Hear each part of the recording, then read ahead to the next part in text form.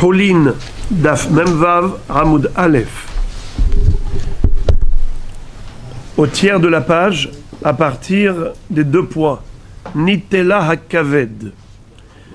Dans la Mishnah, nous avions appris, parmi les problèmes qui pourraient rendre la bête terefa, on retrouve également l'ablation du foie. Si jamais la bête n'a plus de foie, est complètement rongée. Dans ce cas, la bête est terefa. Nitela hakaved velo nishtayer hemena klum. C'était bien l'enseignement de la Mishnah, avec une précision que le foie a disparu totalement. Han nishtayer hemena klum keshera afalgav delohave kazait. La Gemara fait donc une déduction logique en disant que pour que la bête soit terefa, il faut que le foie ait disparu totalement. Mais si il restait un petit bout, même si c'était moins que kazaït, le foie serait kasher.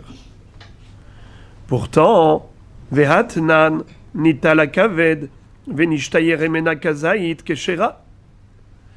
Il y a une Mishnah dans Daf Nun Dalet qui nous enseigne que si jamais le foie était rongé et il ne reste plus qu'un kazaït de foie, alors la bête est encore keshera.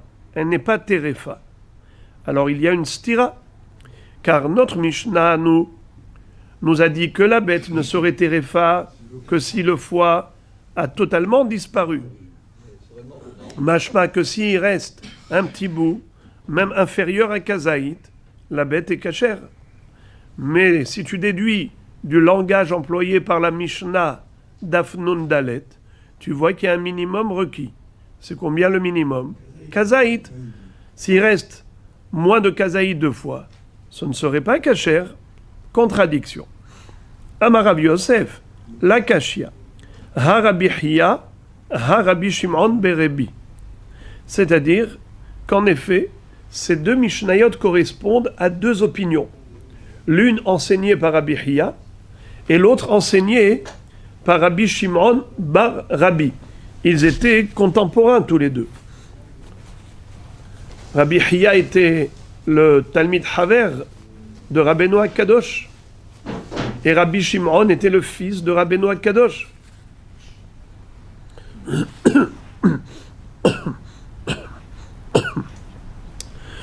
Ki had Rabbi Hiya Zarikla, ve Rabbi Shimon Barabi, metabella, c'est-à-dire Rabbi Hiya, quand il voyait que le foie de la Behema était inférieur à kazaït, il jetait le foie, tandis que Rabbi Shimon Barabi, metabella, c'est-à-dire il faisait avec ça un assaisonnement. Il mangeait ce foie, il assaisonnait, il le mangeait. Sous-entendu que pour lui, c'était kasher. Nachon. Ça, c'est une traduction grossière que je donne.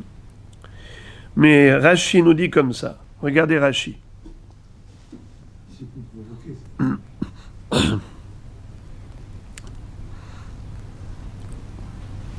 Rashi, c'est dans les lignes moyennes, en bas. Zarik la behema, shelo nishtayer ba kazaït mina kaved et kasavar terefa. Donc, Rabbi Hiya était mahmir, il jetait la bête si le foie restant était inférieur à kazaït. Tandis que Rabbi Shimon berebi, metabella ochla. Vechol ma'achalam al yede tibul chometz o haroset. Qu'est-ce que ça veut dire? Que le mot metabel, ça veut dire il trempait dans une vinaigrette. Car shamati. Aval nir'e be'enai. Rashi donne un deuxième pirouche plus compliqué. Qu'est-ce que ça veut dire que Rabbi Hiya Zarikla et Rabbi Shimon Berebi metabella? Nir'e be'enai. Debe issur veheter tarif ou marchir hava shayach le mitne, les zarik ou matbil lo shayach be. Qu'est-ce que ça veut dire? Normalement, c'est pas comme ça que on aurait dû s'exprimer. Il mangeait ou il jetait. On parle ici de halachot. Alors, là, on aurait dû dire kasher. L'autre aurait dû dire taref. Qu'est-ce que c'est que ce lachon? Il mangeait, il jetait. Ou mistabra de Achikama. Rachid dit, il me semble, que le pirouche est le suivant. Rabbi Hiya zarik la la kavet shel kol behema, velo haya ochlo, de lo hava hashiv le. Qu'est-ce que ça veut dire? Rabbi Hiya, de manière générale, il ne mangeait jamais 2 fois. Il jetait. Il disait, c'est pas un aliment important. Ve Rabbi Shimon metabelle, de afal gav de lav basaru, kachile mishum briuta. Lui, Rabbi Shimon Berebi, considérait que c'était bon pour la santé. Bien que ce n'est pas de la viande, proprement dit, dans le sens où ce n'est pas quelque chose de hachouv. Personne ne va servir à ses invités des morceaux de foie, n'est-ce pas? On sert un morceau de viande, un beau paleron, ou entrecôte. Ouais. Alors, il faudrait me donner votre recette. C'est des abats. Avec la rissa. Ouais. Mais aujourd'hui, on reconnaît que dans le foie, il y a beaucoup de produits nécessaires, plus importants que dans la viande. Beaucoup de protéines. Bien sûr, de toutes les manières. Hein? Que à la hache, d'accord. Comment? Oui, bien sûr. Prends du foie gras et on en Ben voilà, je vois qu'il y a des fins gourmets là. Eh bien, en effet, il y a, en effet, d'après Rabbi Shimon Berebi, il disait que c'était bon pour la santé. Écoutez, qu'est-ce qu'il disait? Il le mangeait mishum briuta. Il disait que c'est bon pour la santé. Des kasavar neshamat eluyabo, que des kaimala mibrachot, kol nefesh, meshiv nefesh. Et il disait au contraire, le foie, puisque la neshamat luyabo, alors en mangeant, ça donne des forces, des vitamines. Nefesh, meshiv nefesh. Puisque le sang, c'est nefesh, qui a damwa nefesh, et le foie, c'est la centralité du sang, eh bien, le nefesh est là en concentré. Nefesh, meshiv nefesh, il rend l'âme. Tu manges du foie, tu as des forces. Bien sûr, on est en train de parler pas de neshama. Non, mais le fait que ça peut rentrer On parle de briutagouf. Comme dit la Gemara, Rotse sheyavri, hoter kazaïd basar kodem shetetse nafsha. Exemple. La Gemara dit que celui qui veut être en bonne santé, qui veut manger de la viande qui donne beaucoup de vigueur, eh bien, qu'il coupe de la viande du bet shrita juste avant qu'elle n'expire son âme, juste après la shrita. Après la shrita, elle gigote encore. Kodem shetetse nafsha, hoter kazaïd. Et après, tu vas aller le cuire. Pourquoi? Kol nefesh, meshiv nefesh. Quand c'est vivant, c'est assour. Ça s'appelle comment? Evermina hay. Mais là, c'est bon, il y a eu la shrita. Donc, d'après la halakha, il n'y a plus le issour. Mais elle est encore pleine de vivacité, de vitalité plutôt. La philosophie de dire que le nefesh béni rentre dans l'homme, c'est pas top. De la philosophie pure. Je sais pas si on reprit philosophie. Il s'en passe pas, Nissim, il s'en passe pas. Une petite question. Tout à l'heure, vous avez dit, dans le début de la Gemara, qu'il y a un rabbi qui disait qu'il fallait qu'il y ait kazaïd foie. Normalement, l'opinion de l'autre aurait dit, s'il n'y a plus du foie du tout, c'est là que... Mais le deuxième, il propose un autre débat. Je m'excuse, par rapport à l'opposition, un kazaïd de foie, ou dit qu'il y en a trop, ou dit qu'il n'y en a pas du tout. Là, c'est une vraie opposition. Tandis que simplement kazaïd foie, et on pense, tiens, c'est bon pour la santé, etc. Moi, je ne vois pas une vraie comparaison comme Shammai, Hillel. Excusez-moi, Rabbi. Je vous réponds. C'est que pour Rabbi Shimon Berebi, je vais commencer par l'autre. Rabbi Chia, il dit qu'à partir du moment où il reste un petit bout, la bête est viable. Il peut y avoir une régénérescence du foie. Tandis que l'autre dit que non, il faut qu'il y ait un minimum.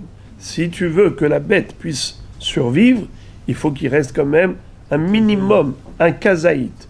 Moins que kazaït, il ne peut pas y avoir de régénérescence, et par conséquent, elle est considérée comme morte vivante, comme terefa. Alors, Rashi continue dans son développement, il nous dit, Hilkar, imlo nishtayer kazait, le'alot aruka, shiachzor ve'irape terefa.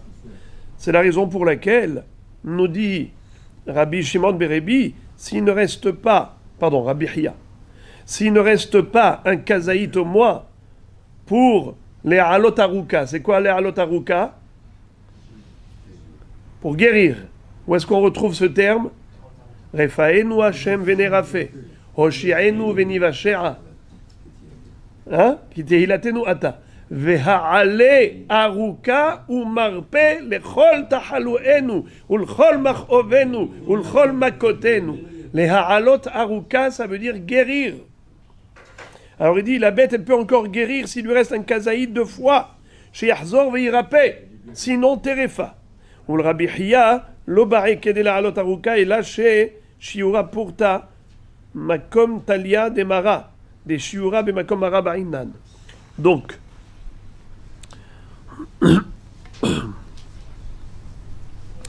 la marloquette, elle est de savoir combien faut-il qu'il reste pour qu'il y ait guérison. Pour l'autre opinion, il est suffisant qu'il reste un tout petit peu. Pas besoin qu'il y ait kazaït. Le principal, c'est que le petit bout restant se situe dans un endroit, dans un poste stratégique, dans un endroit crucial. Et on va voir dans quelques minutes c'est quoi cet endroit crucial où il faut qu'il reste un petit bout. La Gemara en tout cas conclut en disant il y a un mnémotechnique vesimmanach ashirin mekametzin. Tu veux savoir qui dit quoi? Eh bien, c'est ashirin mekametzin. Rabbi Shimon ben Rabbi bno shel Rabbi Yehuda haya ou mekametz la shon atzran. Qu'est-ce que ça veut dire? Rabbi Hiya jetait la bête, il a considéré tréfa s'il y avait moins de kazaït, kula, tandis que lui, Rabbi Shimon Berebi, il garde. Un riche, comment il devient riche? Eh bien parce qu'il garde. S'il dépensait tout ce qu'il avait au fur et à mesure, mais il ne serait jamais riche. C'est encore un shekel et encore un shekel qui fait 1 million de shekels. Mais si tu te dis, allez, c'est pas grave, la même chose. Ashirin mekametzin, c'est qui gardait la bête et qui disait qu'elle n'est pas terefa, avec même moins de kazaït? C'était Rabbi Shimon Berebi. Et on sait que Rabbeinu Akadosh était riche. Son fils avait hérité de lui, certainement. Très bien. La Gemara va nous raconter une histoire surprenante. Surprenante, mais à la fois source d'un grand chizouk. Un très très grand chizouk. Haou Pulmusa de Atal et Pumbadita. Vous savez que la ville de Pumbadita, c'est là où Abaye était le rave là-bas, n'est-ce pas? Il y avait une fois, à l'époque de Rabbi Yosef, donc dans une génération, juste une génération au-dessus de Abaye, puisque Abaye était l'élève de Rabba. Et l'élève de Rabbi Yosef aussi. Rabba, c'était son oncle, son père adoptif. Rabbi Yosef, c'était son maître aussi. D'ailleurs, quand Rabbi Yosef a oublié toute sa Torah parce qu'il est tombé malade, qui était celui qui allait lui rappeler tous les enseignements de jadis? C'était Abaye. Il rappelait à son maître tout ce qu'il avait appris de lui. En tout cas, Rabba et Rabbi Yosef vécurent une époque tumultueuse, où il y avait un pulmus. C'est des régiments de soldats qui étaient venus attaquer la ville et qui prenaient en première victime la communauté juive. Et quand ils sont venus les attaquer, qui a pris la fuite? Rabba et Rabbi Yosef. Rabbi Zera les a vus. Vous savez ce qu'il leur dit au moment où ils sont en train de fuir? Pendant qu'ils sont en train de s'enfuir, il leur dit Arukae, les fuyards, les fugitifs, Kazaït Shamru, Bemakom Mara. Il leur donne une précision par rapport à une Mishnah dans Masechet Hulin.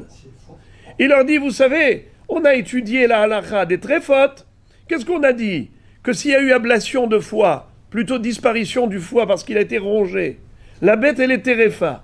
Alors on a dit, attention, mahloket, combien il faut qu'il reste? Kazaït, ou bien même moins de kazaït. Il dit, peu importe. Quand on a dit kazaït, de foi qu'il faut qu'il reste. Vous savez, c'est où? Pas n'importe où. Bemakom Mara. Là où le foie est relié à la vésicule biliaire. C'est là où je peux dire que le kazaïd va se régénérer. Nachon, il va y avoir ensuite une guérison du foie. Mais si c'est ailleurs, ce n'est pas Bemakom Mara, it's not good. La bête, elle est terefa. Vous entendez? Ils sont en train de s'enfuir. Ils ont d'autres chats à fouetter apparemment. Il dit mais non, il est en train de leur courir après. Il leur dit, écoutez, Harouka et vous qui vous enfuyez, n'oubliez pas la halacha. Le foie, quand on a dit kazaïd, c'est Bemakom Mara, pas n'importe où. Hein.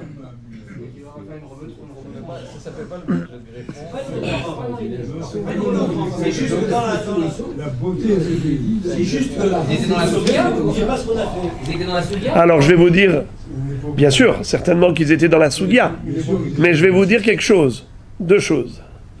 La première, c'est pour nous dire que la Torah c'est la vie, et au moment justement où ils fuient, où ils s'enfuient, ils ont des problèmes, la Torah est source de réconfort.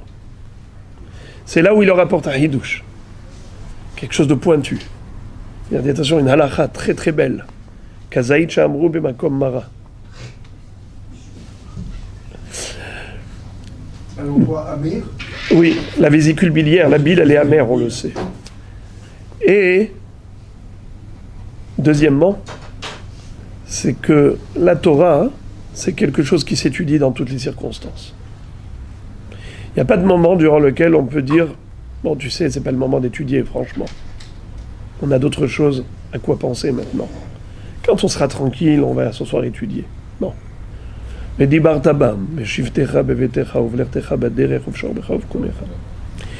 de moment durant lequel on peut dire c'est bon. Figurez-vous que Yosef Hatzadik venait de retrouver ses frères. Après 22 ans de séparation, l'émotion avait atteint son comble. Il leur dit Altirgezu Badarech. Attention, ne vous trompez pas en chemin. Chemin faisant, n'étudiez pas la Torah en profondeur. Vous risquez de perdre la trajectoire. Il n'y avait pas de GPS à l'époque. Il leur dit vous risquez de vous tromper. Pour se tromper, on ne peut pas étudier comme ça superficiellement. Il faut vraiment qu'on approfondisse un sujet. C'est là où, finalement, on a perdu le nord. On ne sait plus vers où s'orienter. C'est parce qu'on est vraiment plongé dans une étude. Yosef Hatzadik connaît ses frères. Il sait que rien ne peut les perturber. Même pas l'émotion des retrouvailles familiales après 22 ans de séparation, même pas l'émotion de savoir comment papa Yaakov Avinu va réagir. Yosef Hatzadik sait que la Torah, c'est la vie pour ses frères. D'ailleurs, Yaakov Avinu n'a été apaisé que lorsqu'il a su que son fils Yosef n'a pas oublié le dernier sujet qu'ils avaient étudié ensemble. Yosef. Le sujet de Egla Haroufa, il lui a rappelé. Ça, c'est la Torah pour nos ancêtres. La Torah, aux yeux de nos ancêtres, c'était la vie. Figurez-vous, la Gemara raconte que Yoav ben Tserouya a pris vengeance de Avner ben Ner, son concurrent. Les deux étaient les chefs d'état-major de David Ameler. Avner ben Ner était d'abord chef d'état-major de Shaoul, ensuite de David. Vous savez que Asaël avait poursuivi Avner ben Ner. Il lui a dit écoute, Avner se tourne vers Asaël, qui était le frère de Yoav ben Tserouya. Il lui dit écoute-moi, Asaël, moi je suis plus fort que toi. Il y avait Avishai ben Tserouya, Yoav ben Tserouya et Asaël. Il dit moi je suis plus fort que toi, ne me cherche pas. Ne m'oblige pas à te frapper, à te tuer. Asaël ne lâche pas. Qu'est-ce que fait Avner? Il dégaine son épée, il attaque pour se défendre. Il donne un coup à Asaël en plein dans le Homesh, à la 5e côte, au niveau du cœur. Pac. Et quand plus tard Yoav ben Tserouya veut prendre vengeance de son frère, il se considère Goël Adam. Il lui a dit pourquoi tu as tué Asaël? Il lui a dit c'était un cas de légitime défense. Il ne voulait pas me lâcher. lui a dit, ben, tu aurais pu le frapper ailleurs que dans le cœur. Il lui a dit, je ne pouvais pas. Il lui a dit, tu as réussi à frapper Bidiouk dans le Homesh. Tu vas me dire que tu n'étais pas capable de le frapper ailleurs? Ne raconte pas l'histoire. Un jour, Yoav ben Zerouya rencontre Avner ben Ner et lui dit, dis-moi, j'ai bien envie de savoir à propos de la halacha de Halitza. C'est que la Torah nous dit que lorsqu'une personne est morte, est décédée, qu'elle a laissé une femme sans enfant, alors le frère doit épouser la belle-sœur, ce qu'on appelle Iboum. Mais s'il ne veut pas, alors ils procéderont à la Halitza, déchaussement. Elle va le déchausser. Elle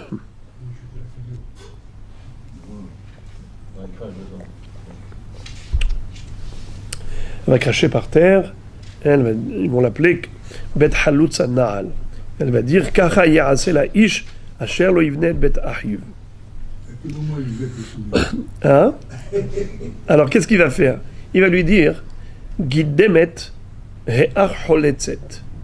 Il lui a dit une femme qui est manchot, qui n'a pas de main, pour faire la Halitza, pour déchausser son Yabam. Comment elle ferait? Il lui a dit avec la bouche. Avner répond avec les Shinaim. Il lui dit mais comment, concrètement? Je vois pas comment tu peux faire une chose pareille. Il dit bien sûr que tu peux. Il dit tu peux me montrer? Il dit bien sûr. Avner ben Ner se met à terre. Il commence à déchausser avec ses dents Yoav ben Zerouya en tirant les lacets de la chaussure avec ses dents. Qu'est-ce que fait Yoav à ce moment-là? Il en profite pour prendre l'épée et de lui donner le coup dans le Homesh lui aussi. À ce moment-là, Avner ben Ner, qui était particulièrement fort et puissant physiquement, il disait d'ailleurs que si le monde avait des attaches, il aurait pu secouer le monde, tellement il était fort. Les Chachamim disent qu'il était plus facile de bouger un mur de 6 coudées sur 6 coudées que de bouger le pied de Avner ben Ner quand il décidait de le planter comme ça. D'ailleurs, il y a une histoire avec David Ameller qui s'est faufilé dans la tente de Shaoul au moment où Avner ben Ner dormait à ses côtés et qu'il avait les genoux pliés et David s'est faufilé en dessous et à ce moment-là, dans son sommeil, Avner ben Ner redresse son pied, David est pris dans un étau, il ne peut plus bouger. Des Ribbono shel Olam, que je me ressens moi de là, Ribbono shel Olam. Impossible de se défaire des pieds de Avner. Alors là, il y a juste un moustique qui arrive et qui pique le pied de Avner, un zvouv, et donc dans son sommeil, il est démangé, il se gratte, et donc il replie son genou, et David passe. Erchéié. Les Chachamim ont dit à Avner ben Ner, s'il te plaît, prends pas ta vengeance. Yoav ben Zerouya, on a besoin de lui. C'est le dernier chef d'état-major du Ram Israël. Si tu le tues, on est tous perdus. Avner ben Ner, une force, une grandeur d'âme extraordinaire, il a lâché.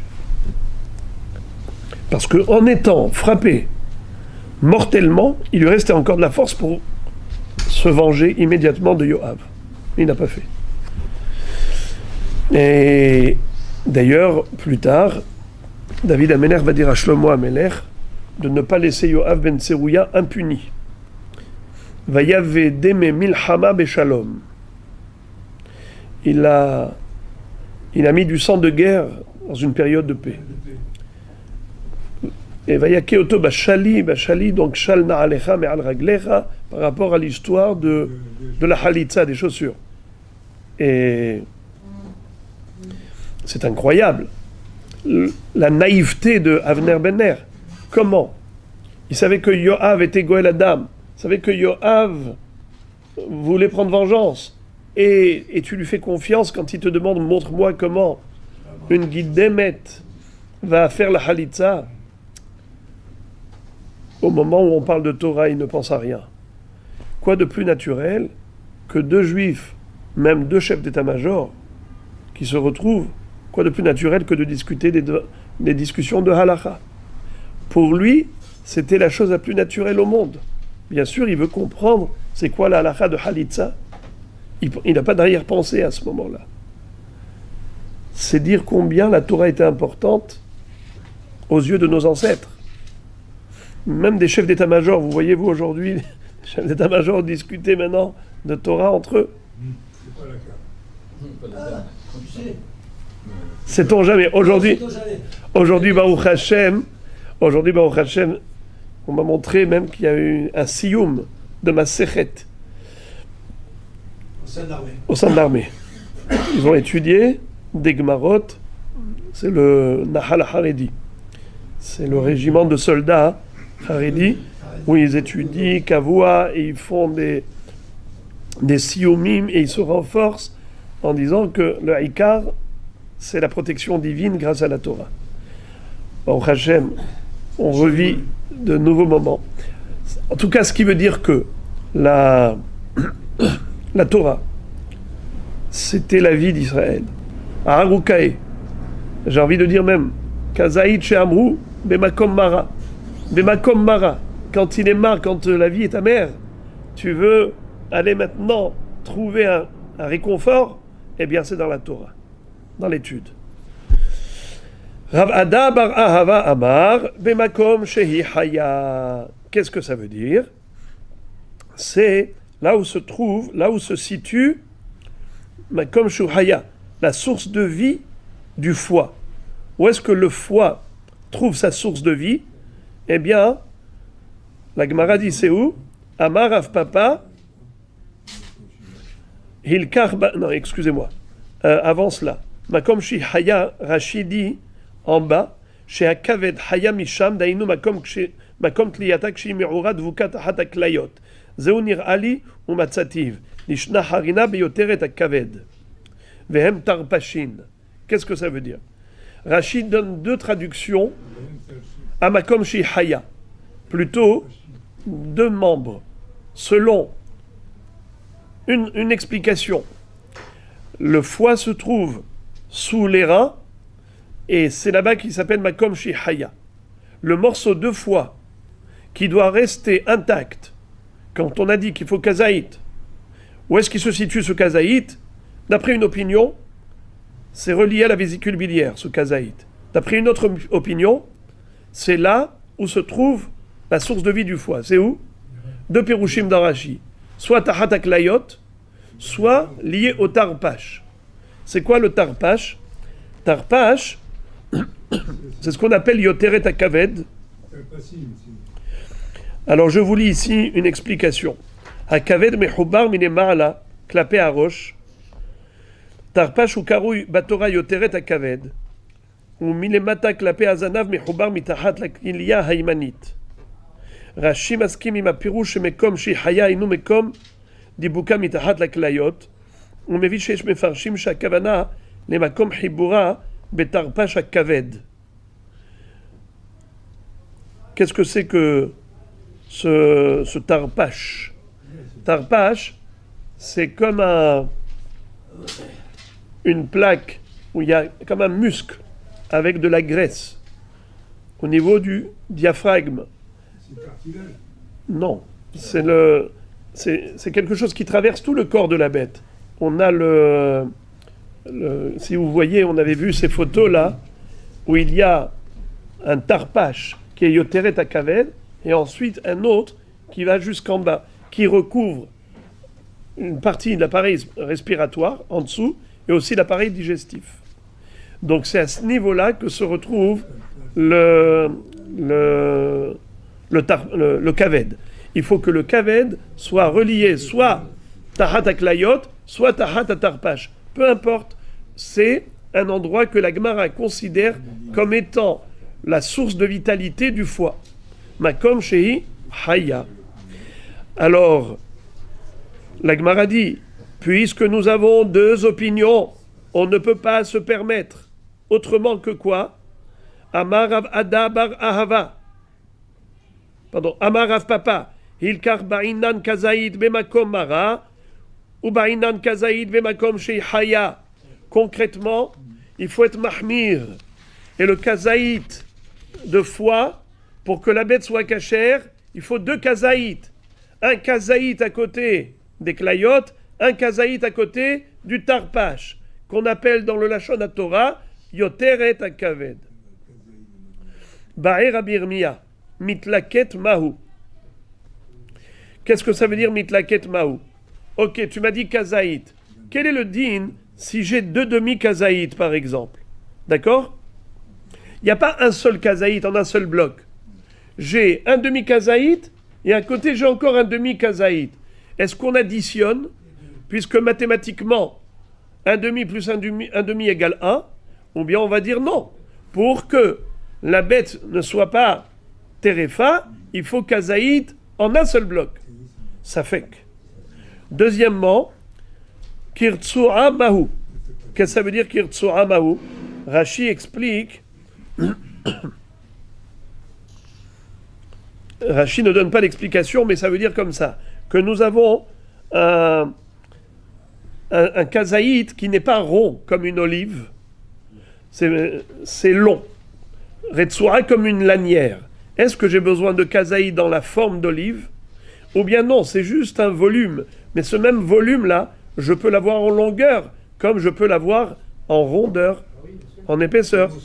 C'est un safek. Safek. La Gemara dit, oui, mais ce volume-là, est-ce qu'il faut qu'il soit d'Afka dans une forme précise ou pas? Vous êtes sûr, la Gemara, elle a un safek. Vous avez de la chance. Alors la Gemara dit, Kirtsua mahu, Ba'ir avashi, Kazaït merudad mahu, ou bien Kazaït qui est aplati, comme merudad. Vous savez c'est quoi merudad? Merudad, radoud. Quand vous prenez, par exemple, une plaque d'or, vous voulez faire comme ça une fine couche d'or, vous prenez le petit marteau, vous mettez sur l'enclume, vous tapez, jusqu'à ce que vous arrivez à aplatir la plaque. Alors, maintenant tu as une plaque de foie. Si tu ramasses tout ça, ça te donne un volume de kazaït, mais ça n'a pas la forme d'un bloc de kazaït. C'est plutôt aplati. Alors répétons, c'est quoi les deux sfekot? Quand on a dit kazaït, est-ce qu'il faut d'Afka que ce soit en forme de zaït, ou en volume de kazaït, mais en forme de zaït, le volume et la forme, ou bien non, même le volume sans la forme, c'est bon. Par exemple, aplati, si je ramassais tout cela, ça me donne quoi comme volume? Kazaït. En quantité, c'est la même chose que kazaït, mais ça n'a pas la forme de kazaït. Vous avez compris la question? Non, ce que je ne comprends pas.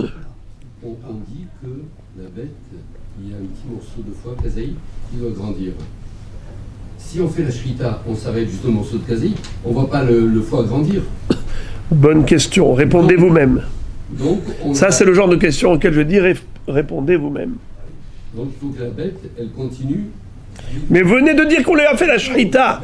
Si on a fait la shrita, alors, répondez. Vous avez posé une belle question, mais la réponse, vous devez la trouver, elle est proche de vous. Elle dépend que de toi. Elle dépend que de toi, mon ami. Tu regardes si tu as fait la chita, oui, si par exemple je vois plus qu'un petit kazaït de foie, c'est bien. Mais s'il n'est pas lié, Vous entendez? Vous entendez la réponse? Il aurait pu vivre, c'est dingue. elle aurait pu vivre. oui, mais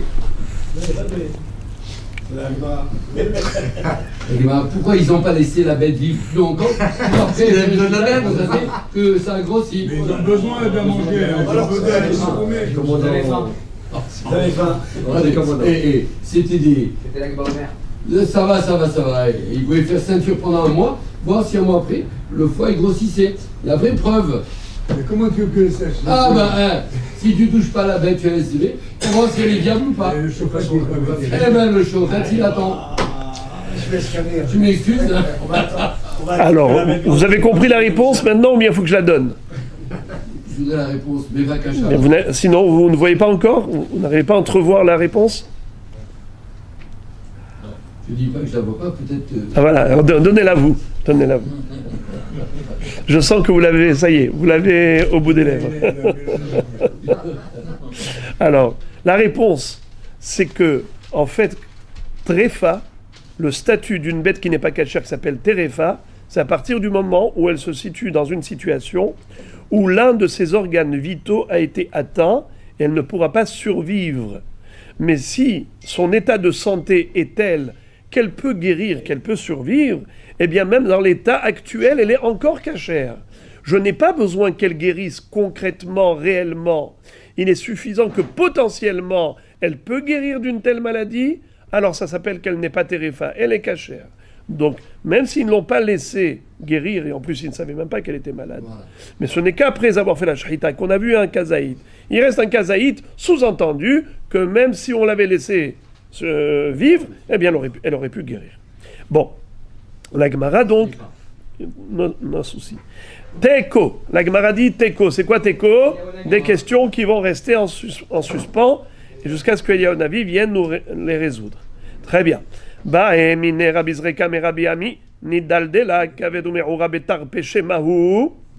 que ça veut dire? Quel est le din? Si le foie n'a pas disparu, il est là, mais il est détaché de ses points d'attache. Ces points d'attache, on a dit, par exemple, c'est le tarpache. Et voilà qu'il y a plein de détachements, détachés. Il y a des points d'attache, mais il y a aussi des points de détachement.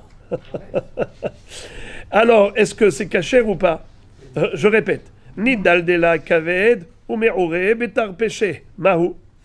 Cachère ou taref? Alors, regardez, vous dites taref. Il est détaché des bronches. Non, ça dépend des points. Hein, des? Il est détaché des. Comment ça s'appelle? Des points des vaisseaux, quoi. Des structures. Il est normalement attaché au tarpache. Et là, il est détaché dans certains endroits. Là où il aurait dû être soudé, il n'est pas soudé, il est détaché. Il y a des petits détachements ici et là. Alors ce foie-là, c'est comme s'il a disparu totalement, ou bien est-ce que c'est considéré comme si elle est en bonne santé? Il est plus amarré, voilà, exactement, il est plus amarré. Exactement Quand comme les il est. attaches qui restent, il a Quand tu connais pas la réponse, il dit marloquette. Amarle, dil dulzeni yode amahu, il est mandé amar bimkom mara haika, il est mandé amar bimakom shihaya haika. La Gemara dit, je ne comprends pas. Cette question n'a pas lieu d'être. C'est sûr que c'est cachère. Pourquoi? Parce que d'après celui qui exige que le kazaïd reste bimakom mara, c'est le cas. D'après celui qui dit que kazaïd c'est bimakom tarpash, c'est le cas. Qu'est-ce que tu veux? La Gemara, comme elle le fait rarement, elle répond par une question et comme pour dire avec 3 points d'exclamation. Qu'est-ce que tu veux là? C'est sûr que c'est cachère. Ok. Maintenant, la Gemara va poser la question à propos de Réa. Réa, chez Nikva. On a appris dans la Mishnah que le poumon qui a été perforé, ce n'est pas cachère. Mais il faut le savoir que le poumon, il a 2 membranes, l'une supérieure et l'autre inférieure, comme une chemise et un manteau. Rav Shmuel veravasi d'Amre karma illaha. Rav et Shmuel et Ravasi, ces 3 Amoraïm nous disent que quand on a dit qu'il y a un nekev, ce n'est plus cachère. Il s'agit de quelle membrane qui a été perforée au niveau du poumon? C'est la membrane supérieure.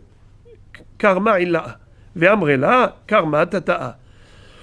D'autres disent que non, c'est justement la membrane inférieure qui est collée au poumon. C'est cette membrane-là qui est problématique si elle a été perforée. Amarav Yosef, Barmaniumi, Amarav Narman, Vesimanach, Kituna de Varda, de Manhaberea. En effet, pour se souvenir, un mnémotechnique, on parle de la membrane qui est inférieure, qui est collée au poumon, c'est là le problème. Kituna de Varda, la tunique rose, de Manhaberea. Puisque, en effet, la membrane inférieure, elle est de couleur rougeâtre. Rosâtre. Comme une rose. La Gemara dit, Pshita in kiv'ila avelo in kiv tata'a megin. C'est-à-dire, la Gemara dit, il est évident que si la membrane d'en haut s'est perforée et pas celle d'en dessous, eh bien, celle d'en dessous protège. C'est cachère. Tata'a megin. C'est quoi tata'a? La membrane inférieure, elle protège le poumon pour que l'air ne sorte pas quand elle respire. Kederava damarava hayrea de iglid ke ahina sumaka keshera. Qu'est-ce que ça veut dire?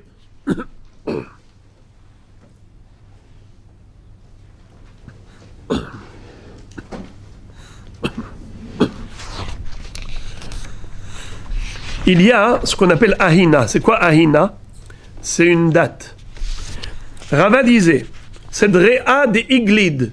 C'est quoi Glida? Alors, glid, c'est la peau. Par exemple, une bête, rappelez-vous, une glouda. Qui est-ce qui se rappelle une bête qui est glouda? Vous vous rappelez?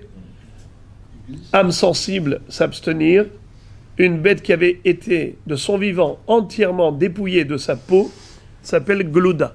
Est-ce qu'elle est cachère ou pas cachère? C'était la question d'Agmara. Est-ce qu'elle peut survivre ou pas? Certains disent non, certains disent oui. Elle n'a pas de peau. Imaginez-vous une bête qui a tous ses membres entièrement, elle tient sur ses quatre pattes, ils l'ont scalpé. Ils lui ont retiré toute la peau. Donc la peau s'appelle glide. Maintenant, le poumon qui est glida, qu'est-ce que ça veut dire? Hay, rea, de iglida, c'est-à-dire un poumon à qui on a retiré la membrane supérieure. Il reste que la membrane inférieure. Comment elle est? Qui aina sumaka, comme une date rougeâtre. Eh bien, c'est comme ça qu'a l'air ce poumon, rougeâtre. Cachère ou pas cachère? D'après Rava, cachère. Pourquoi? Car la membrane inférieure suffit pour protéger le poumon, pour que l'air ne sorte pas. Inkiv tata'a velo inkiv illa'a, megin ou lo megin. Maintenant, si la membrane inférieure a été perforée, mais pas la membrane supérieure, est-ce que le poumon est protégé, oui ou non? Pligeba, mahloket, Rava Ravina, hadamar lo megin, hadamar megin. Il y en a un qui dit que si la membrane inférieure elle a été perforée, bien que la membrane supérieure est entière, c'est fini. Un il dit que c'est fichu, la bête elle est tréfa. L'autre il dit non, la peau supérieure, la membrane supérieure, elle protège. Ça veut dire que l'une des deux membranes qui reste intacte, c'est bon. Alors, Veilcheta Megin Keder Rav Yosef. Là, la elle est Megin Keder Rav Yosef, comme l'enseignement suivant de Rav Yosef. D'Amar Rav Yosef, Hayrea de Avsha. Qu'est-ce que ça veut dire Rea de Avsha?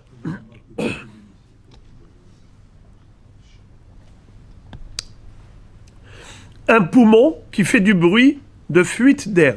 Tu entends? Tu te dis, c'est quoi ça? Si tu arrives à identifier l'endroit d'où l'air sort, qu'est-ce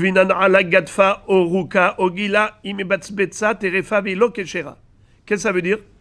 Alors, si tu arrives à identifier l'endroit de la fuite d'air, alors tu peux prendre... Non, vous prenez par exemple, vous gonflez le poumon, et ensuite vous prenez une plume.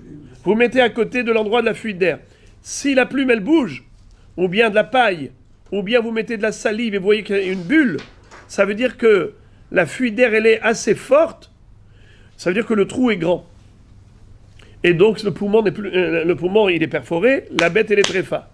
Mais si la fuite d'air, elle est tellement minime que quand tu mets une plume, ça bouge pas. Tu mets de la salive, ça bulle pas. Tu mets de la paille, elle ne se remue pas. Eh bien, dans ce cas-là, ça veut dire que le trou n'est pas suffisamment grand pour laisser dégager suffisamment d'air pour remuer la plume.